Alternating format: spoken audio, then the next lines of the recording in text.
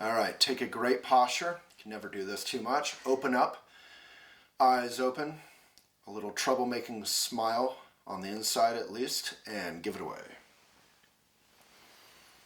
So when we bow, we create this worldwide bow of respect, friendliness, and a little space for us to have this conversation. And if you leave a review or a comment or criticism, whatever you like, you're helping create that conversation. So today I wanted to talk about my very favorite subject in the whole world other than plastic, and that is this word Maitri. And if you know what Maitri is, you just made my day. I've been ranting about Maitri for all my life because I learned about it when I was a kid in the Buddhist community, and it really helped me when I wasn't friends with myself. If you have difficulty going to a movie theater alone, if you have difficulty going to dinner alone, if you have difficulty looking at your zits or your ugly nose or your stupid ears or your ingrown hair on your whatever, your varicose veins or your tummy or whatever, if you get depressed when you see couples making out in a park, any of those things, that's what Maitri is about. Maitri is about saying, I'm feeling less than adequate. I'm feeling weird. I'm feeling sad. I'm feeling left out. I'm feeling ugly. I'm feeling angry. I'm feeling hungry even though I'm not hungry. I'm feeling something uncomfortable, and that's okay. And the that's okay part is the hard part.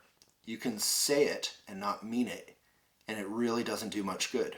You can fake it, but you may never make it. This is not like Saturday Night Live. I'm going to date myself a little. Actually, I think this was before me. This was back in the 80s. But there was this guy, I think Stuart Smalley was the character on SNL. And he was, every morning, he was this cheesy kind of weirdo, new agey dude. He would look at the mirror and he'd say, I'm good enough, I'm smart enough, and gosh darn it, people like me. And it was sort of making fun of this whole like Maitri thing in a way. If you say things nice about yourself but you don't feel them, that's sort of a fancy form of self-aggression. And so let's talk about that, this self-aggression thing. Yesterday I was talking with a dear friend who was saying she was comparing herself to other people on Instagram who are maybe doing things with their careers that she admires and wishes she could do. They're in different places than her in terms of their career or their I don't know what all. But there's ample opportunity for that. Instagram, this modern world, Photoshop, there's this whole culture, even with models. Think about it. Models get Photoshopped. Literally, the cliche examples of often what men think women should look like still get Photoshopped. No one is perfect. No one is perfect. Imagine being some sort of supposedly perfect model and still feeling like you're ugly. Like no one gets through life without going through tough stuff. So all of us have no choice. You have no choice but to do the hard work of making friends with yourself. You can say, I do have a choice. I'm not going to do the hard work of making friends with myself. I'm going to just scratch every itch and eat all the fast food and be aggressive when I have weird feelings I can't deal with and drink alcohol when I'm afraid. And you can try to skip through all of that, but you're still going to feel it. It's crazy. It's like you have a roommate who isn't paying rent, and every time you come home, they're still going to be there. You got a squatter in your heart, and that squatter demands attention. And this is delicate because you don't want to feed the beast on some level, but you also don't want to pretend the squatter isn't there. So on some level, you have to make friends with the squatter and say, hey, you're the one who says my skin is awful and therefore you're ugly. You're the one who says I'm 5 pounds overweight and therefore I'm not going to look good in my swimsuit. And men go through that too, obviously. You're the one who says I'm not popular enough, or I'm never going to meet and marry the girl or whatever of my dreams, or whatever it is. You got to talk with that person. Be like, dude, you're messing up my life. Why do you have all these issues? Let's talk. Let's hug it out. and make your squatter super claustrophobic. Call them on it and really get to know your little inner squatter, and make friends with them and get them outside. Your squatter needs to go for a walk, get some fresh air, see the birds, get off their iPhone or their Android, stop looking down at their feet, get some exercise. Your squatter is you. You need to treat yourself well. You need to take care of yourself as if you're, whoever you fell in love with. If you had the boy or girl of your dreams and you fell in love and you wanted to do nice things for them, that's how you got to treat yourself first. And then you'll be worthy, and you'll frankly probably have a better chance of attracting the girl or boy of your dreams because you already love yourself. That's the most attractive thing. I have a friend who I grew up with who will go unnamed for obvious reasons to come that will be apparent. And he or she was not physically attractive in the conventional magazine-y kind of way at all. But he or she was so funny and so disrespectful of all societal norms that were stupid, and just so clearly close and tight with themselves that they were magnetic, and everyone loved him or her, and everyone wanted to be with him or her romantically, pretty much. This person was attractive. This magical thing happens where this unattractive person becomes attractive. And again, let me restate that whatever is thought to be unattractive is not unattractive. It's just a societal norm that we're all funny weirdos, So, where are we at? God damn it, Waylon. You always get distracted. I hate this about yourself. If you do this one more time, people won't listen to your pod. This is what happens when you don't like yourself. You spin out. You have a little moment of panic. Oh my God, what if I'm not good enough? And you just have to make fun of yourself, relax, talk it out, communicate, breathe. Remember, it's not that important. So I have a quote that I like to say a lot, which is, life is too important to take seriously. So get to know yourself. Make friends with yourself. And I'm going to read a little bit about what I've written about that, because you're not making friends with the parts of yourself that you like. That's already taken care of. Often you like the parts of yourself that, frankly, other people find obnoxious. I think I'm super charming. I love that I'm so charming. Waylon, I wish you could be charming all the time. Why can't you be charming, Waylon? That time when you went to that party and everyone liked you, that was so cool. Be like that. And then I try to be like that, and frankly, everyone finds me to be pushy and obnoxious and stupid and annoying and speedy. I've been sad various times in my life, or a little bit depressed, and my friends are like, it's kind of insulting, frankly. My friends say, I like you more when you're like this. You're softer. So making friends with yourself isn't making friends with the parts of yourself that you wish you could be all the time, like in that movie Limitless, where he takes a drug and suddenly he's like using 100% of his brain and he can fight kung fu because he saw it on TV and he's like a magical human. We don't want to be better. That is self-aggression. That's why I'm working on this book that may or may not be called Self-Help is Bad for You. We don't actually want to make ourselves better. We want to make friends with who we are right now, and then we'll relax, and then we'll be kinder, and then we'll be more available to this world, and we'll be quote-unquote better.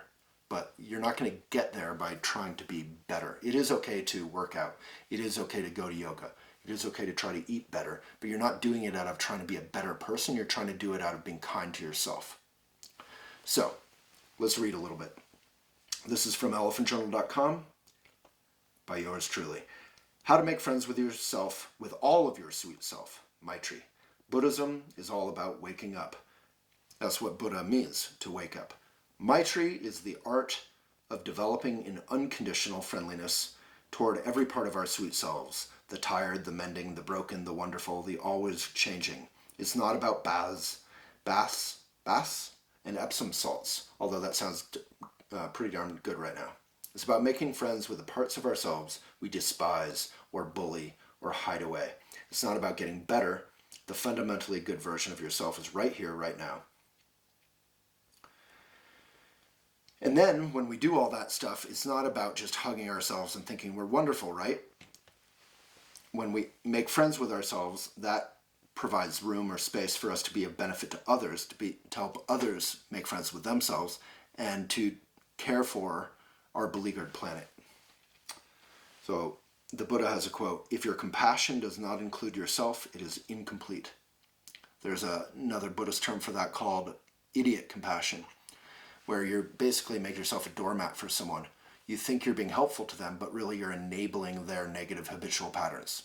You're enabling them to continue to take you for granted, or to take others for granted, or to kind of get away with their own self-abusive or other abusive behavior by cleaning up their messes for them all the time. Kind of like the cliche example, which is probably dated at this point, is like the mom or dad who's like cleaning up the messes left behind by their 45-year-old son who's still living in their basement, you know? Kick that son out. Idiot compassion isn't about you being idiotic. It's about the compassion being idiotic. It's actually not skillful compassion. So I'll read a little bit more. In this Photoshop culture, there is a tonic or antidote to wanting to be other than we are. It's called Maitri. It's called unconditional friendliness toward ourselves. It's simple, it's hard.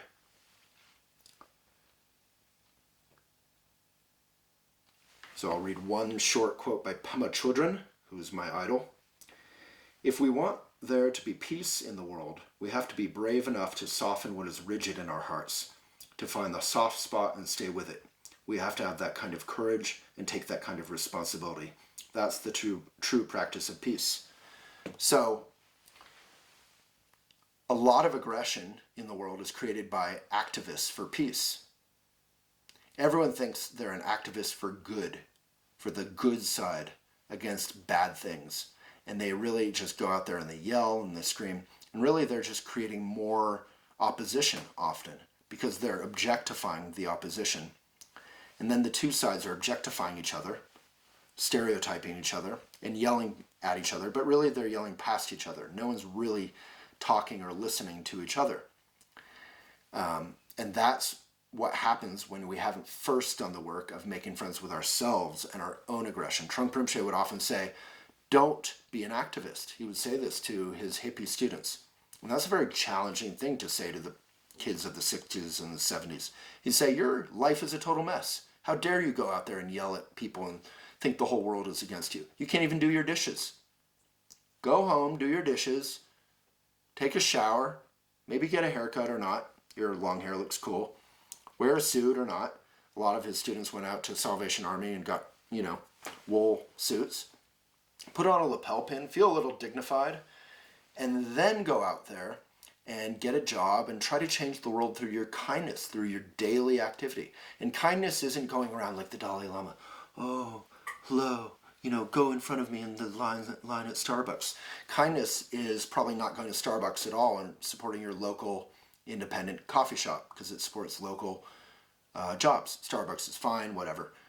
Creates lots of jobs. It's a good healthcare program. That's a different podcast or video. But kindness is in being honest and in being vulnerable and in having made friends with yourself. So you have to do the hard work. That's why I wrote it's hard, but it's simple. So it's super simple. And this is a lot of talking, so let's get concrete. And I've already done other episodes on this, so you can watch those if you like. But meditate for a couple minutes in the morning, couple minutes in the evening. Read a little bit of Dharma or truth. Truth can be anything. It doesn't have to be Buddhist, but it needs to be true. Not your truth or his truth or her truth, but true. And you'll know it because it'll connect. And do that every day. So all of this is theoretical blah, blah, blah, unless you do the work. And it's simple and it's hard. And then finally, if you're not nice to yourself, don't guilt trip yourself about not being nice to yourself. This isn't another excuse to guilt trip yourself. Those of you who have a habitual pattern of guilt tripping yourself, you don't get to do that all the time. And if you do guilt trip yourself, that is okay. You don't get to guilt trip yourself about guilt tripping yourself. So don't think you have to be nice to yourself all the time and like that your zits are pussy and bloody and like, oh, that's beautiful and I love it. This isn't some theoretical thing. This is actually getting to know yourself. You can actually talk with yourself too. You can say, How are you feeling right now? I can tell I'm having a hard time. Why are you so upset or sad? What might be helpful? What might be nice to do? Going for a 2-minute walk outside could be the ultimate act of bravery. It could be as brave as, Mel Gibson in Braveheart, at the end when he's getting tortured or whatever, running around on his horse. Real bravery in this world is sometimes just getting off of your phone, getting off your laptop, getting off your TV, getting outside and going for a 2-minute walk. So, jolly good luck, sweetheart, as Trunk Rinpoche always used to say. And meditate for a couple minutes in the morning and evening. And we have other videos and podcasts that offer some instruction there. But as always, it's important to get instruction from a human being. And, so look up your local Buddhist or Shambhala center if you're so inspired. And I already said it, but jolly good luck. I'm bowing to you right now.